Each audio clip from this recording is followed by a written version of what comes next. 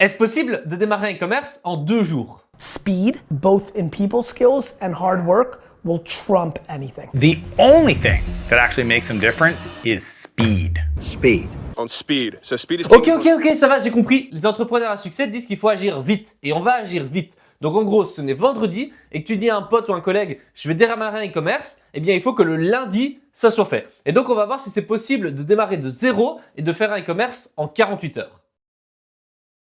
Alors sur WordPress, j'ai déjà fait des e-commerce et donc ici on aimerait bien partir de zéro. Et donc ce qu'on va faire, c'est que je ne vais pas utiliser WordPress, mais une autre technologie. Je vais utiliser Odoo. Et pour ceux qui ne connaissent pas, Odoo c'est vraiment gigantesque. Donc pour vous dire, c'est une entreprise belge et quand j'étais en vacances en Thaïlande, donc à l'autre bout du monde, il y avait des panneaux publicitaires Odoo. Donc ils sont vraiment partout et en fait c'est un logiciel qui te permet de gérer toute ton entreprise. Donc c'est un ERP et il y a beaucoup de fonctionnalités. Donc il y a pour gérer ta compta, il y a pour gérer ton stock, mais il y a aussi pour faire des sites web et des e-commerce. Et c'est précisément ça qu'on va utiliser. Comme ça je vais pouvoir apprendre une nouvelle technologie et on part de zéro pour ce challenge. C'est la première fois que je fais ça sur Odoo, donc je vais regarder s'il n'y a pas un tutoriel officiel que je pourrais utiliser. Et donc je regarde Odoo tutoriel.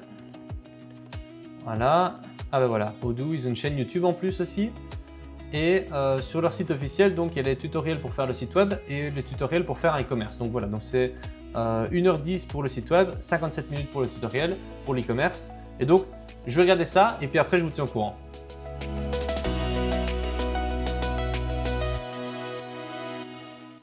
Bon, j'ai regardé les tutoriels, c'était quand même bien fait. Donc les vidéos elles sont en anglais, après voilà, tu peux vite voir et comprendre ce qui se passe. Et donc moi ce que je vais faire ici, c'est que je vais pouvoir commencer avec le site web.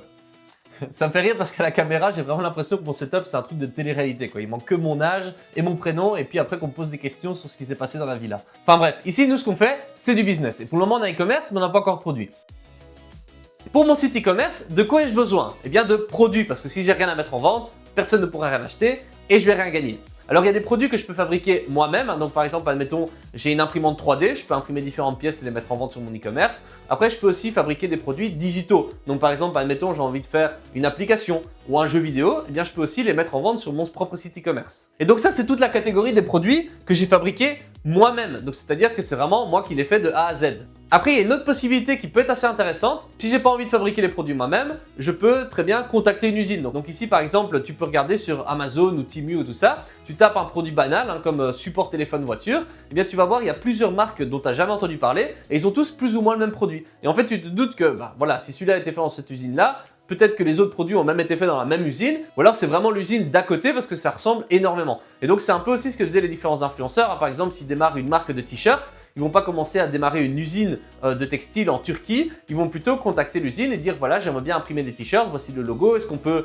tester avec différents échantillons? Et ensuite ils vont créer leur marque de t-shirt, mais c'est pas vraiment eux qui ont l'usine, donc c'était fabriqué par quelqu'un d'autre. Et donc ici, ça c'est une possibilité, donc je pourrais commencer à créer ma marque pour un produit. Et puis après, il y a encore une autre possibilité, c'est de devenir revendeur officiel pour une marque. Et donc il y a plein de marques, donc ça peut être des marques qui sont vraiment très connues, qui te vendent les produits pour que tu sois revendeur. Donc par exemple, admettons, si tu regardes sur Rackstore ou Zalando et tout ça, que tu vois des pulls Tommy Hilfiger, mais tu te doutes bien que c'est pas eux qui ont fabriqué le pull, c'est Tommy. Mais Tommy leur vend par exemple les pulls à moins 30, 40, 50% et eux ensuite ils les vendent. Et donc comme ça, Tommy Hilfiger gagne de l'argent en leur vendant le pull et puis eux gagnent de l'argent en te le vendant à toi. Et donc pour pouvoir faire ça, en fait, il faut devenir revendeur officiel de la marque. Et donc, tu as sûrement un processus avec différents critères. Donc, en fonction des marques, ça va être plus ou moins compliqué. Et puis ensuite, tu peux acheter leurs produits à moins 50% puisque c'est dans le but de les revendre. Alors, bien évidemment, il y a des critères parce que sinon, tout le monde ferait ça. Et puis, tout le monde pourra acheter des vêtements à moins 50% en disant oui, je suis revendeur. Et finalement, ils sont revendeurs que pour leur famille.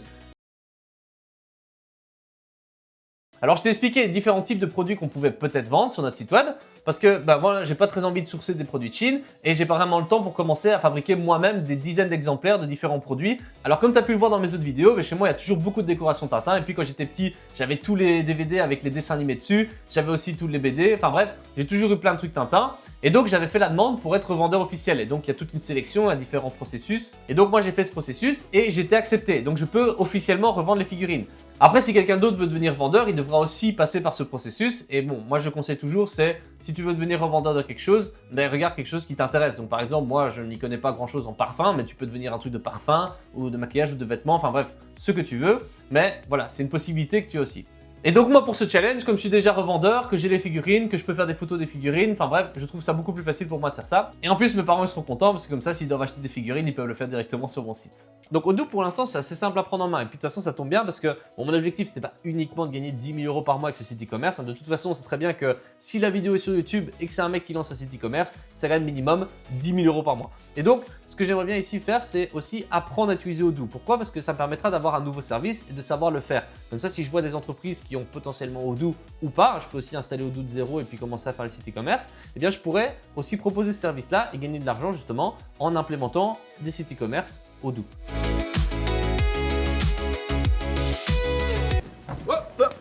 Par contre, ce que tu as vu sur la vidéo, en fait, c'est parce que j'ajoutais les produits un à un. Et donc, à chaque fois, c'est titre, description, prix, image. Titre, description, prix, image. Alors, faire ça une fois, deux fois, trois fois, ok. Mais le faire 50, 100 fois, c'est une perte de temps. Surtout que moi, je dois faire ça en 2 jours. Donc, ça veut dire que bon, j'ai pas le temps à passer des heures à faire ça. Écoute bien parce que j'ai un plan. Donc, en gros, les produits dont j'ai besoin, ils sont disponibles sur d'autres sites. Donc, il y a tous les sites des concurrents qui ont aussi différents listings avec différents produits et différentes descriptions. Et donc, ce que je vais faire, c'est que je vais faire une automatisation qui va aller scraper, donc récupérer toutes les infos de tous ces sites-là. Et donc, comme ça, j'aurai toutes les descriptions des produits. J'aurai aussi leur prix, j'aurai leurs photos, j'aurai leurs titres. Bref, j'aurai tout ce qu'il me faut. Et je vais pouvoir récupérer toutes ces infos des différents sites et les mettre dans un tableau Excel où j'aurai ensuite, voilà, tous mes produits dans un tableau Excel avec leur description et tout. Alors, je ne peux pas directement prendre ce tableau et l'ajouter sur mon site parce que sinon, ben voilà, c'est voler la description des gens et on n'est pas des pirates non plus. Et donc, ce qu'on va faire, c'est qu'on va récupérer toutes ces infos et on va les mettre dans une IA pour pouvoir justement retravailler la description. Comme ça, je pourrais retravailler les images, retravailler les descriptions, retravailler les titres.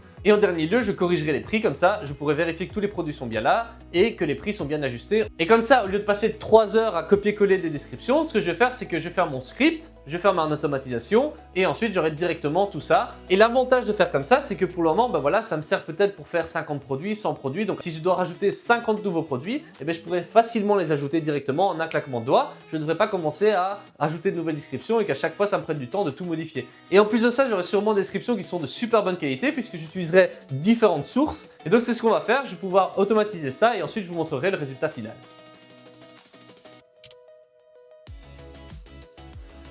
Donc on va démarrer le jour 2 du challenge. Alors excellente nouvelle, hier j'ai pu ajouter tous les produits comme je voulais sur la plateforme. Donc j'ai des nouvelles descriptions avec des nouveaux titres, bref tout ce qu'il faut pour que le site démarre.